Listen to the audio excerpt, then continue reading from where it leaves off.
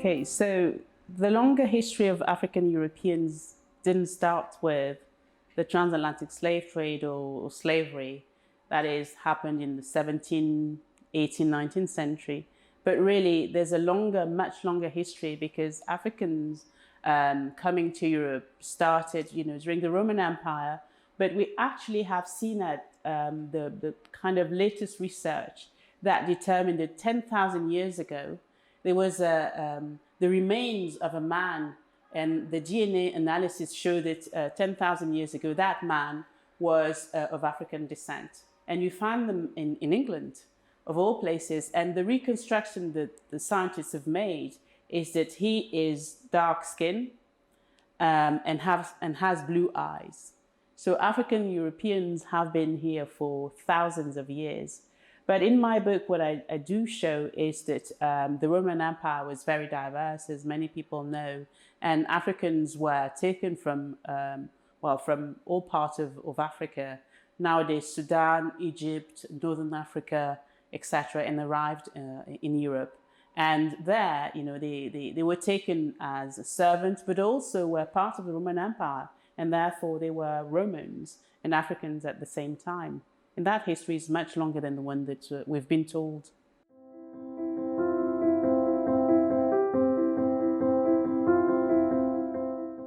Of course, yes, because racism is born really out of a hierarchization of human beings. So prejudice based on skin color has existed for quite a long time, for centuries, but it wasn't the only one. The only kind of prejudice that we knew about. There was some kind of prejudice based on whether you spoke the language or not, whether you were close to a country or not, whether you were a Muslim or not. Even poor people were seen as a class on its own. So there was a prejudice based on class. So when we talk about racism, it's based on the idea of a racial hierarchy and therefore a classification of human beings with some allegedly being descending from animals and others descending from humans. So there's a whole debate about so-called scientific racism that we haven't inherited in contemporary Europe. Europe in 2023 is really thinking about racism as it was shaped by people in the 18th and 19th century. So this is the time where you have a devaluation of people of African descent seen at the bottom of everything else.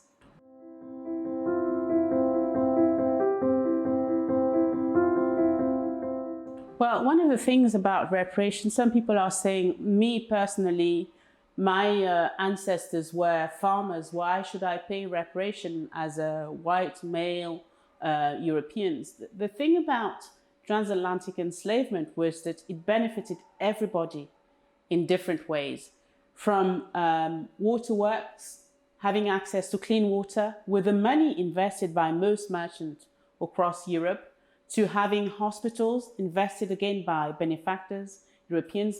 And when you trace, because again, they left documents.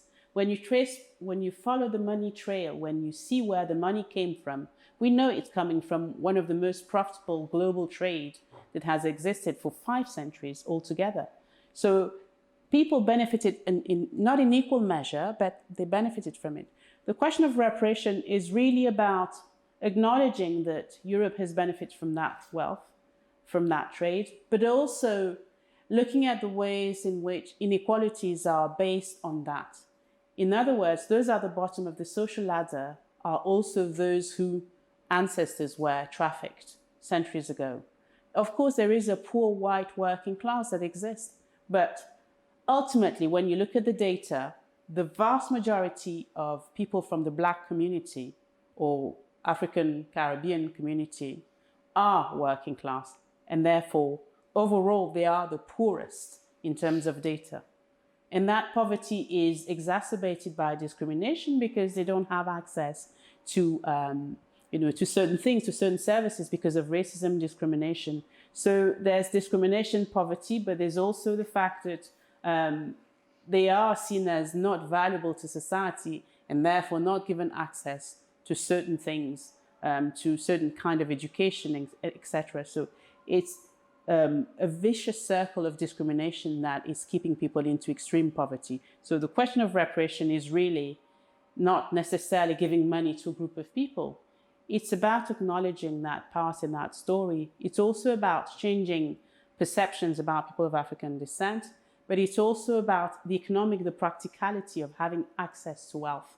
Wealth is not equally distributed. So how about creating pathways, for example, for training in certain kind of jobs, training in certain kind of areas that these communities can have access to, not just manual work, but doctors, engineers, and things like that, because this is how you repair the inequalities and damages of the past. At least that's what I think.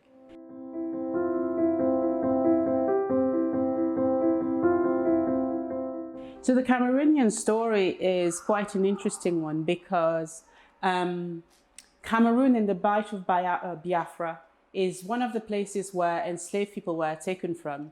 I think it's the third one in the whole of West Africa. So you have Angola, the biggest one, and then nowadays Nigeria, the Bight of Biafra, where enslaved people were African captives were effectively, in terms of numbers, shipped across the ocean. So already the depopulation of communities means something, has a social, economic, cultural impact.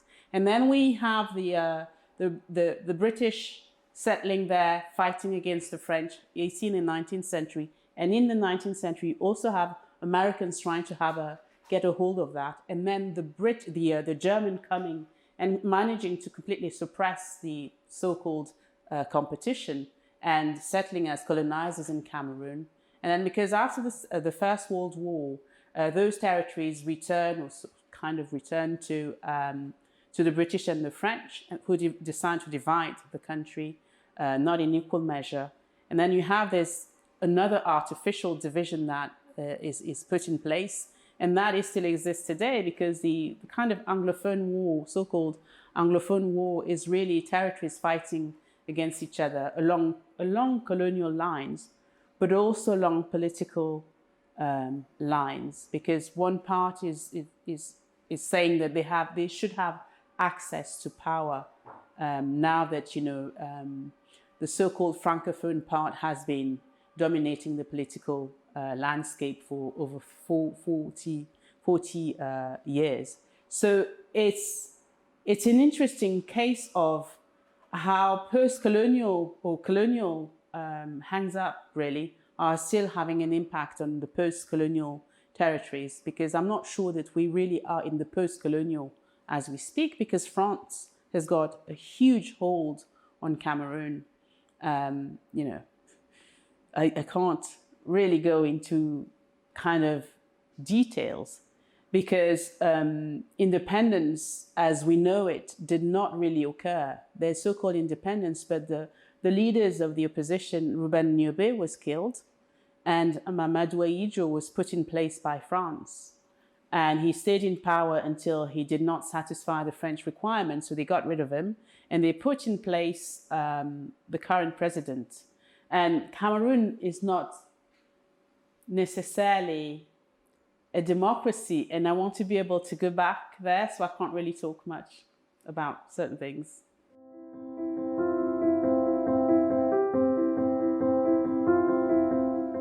I understand exactly what you mean when you say that why not just claim that I'm European, full stop.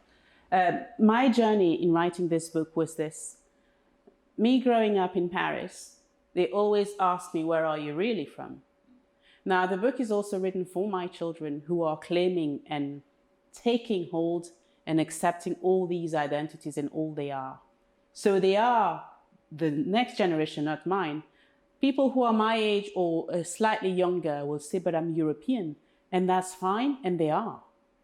My generation of, my students' generation, my children's generation, they're reclaiming their Africanness.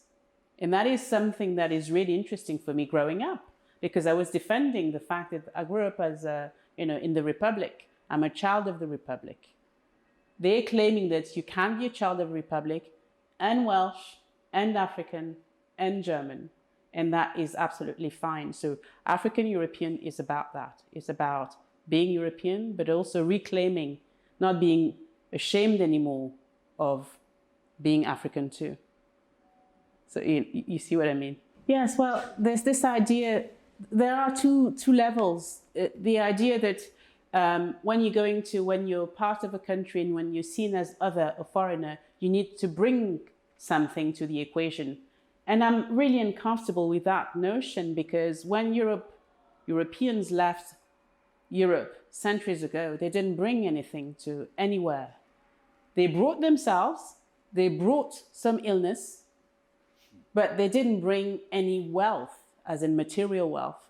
However, they took wealth from the African continent for many centuries, and they're still doing that. So for me, it's natural for people to come and claim the space in Europe. This is their money that built Europe. Their ancestors' money built the European Union, the European territories and countries and kingdoms. So for me, it's normal. It's not accepted, but it is normal. The other thing that I want to say is, do you need to bring something to the table to be part of this planet that belongs to all of us? I am a child of this planet. I claim the right to go where I want to go. Whether I bring anything or not, I'm bringing myself. That should be enough, So yeah.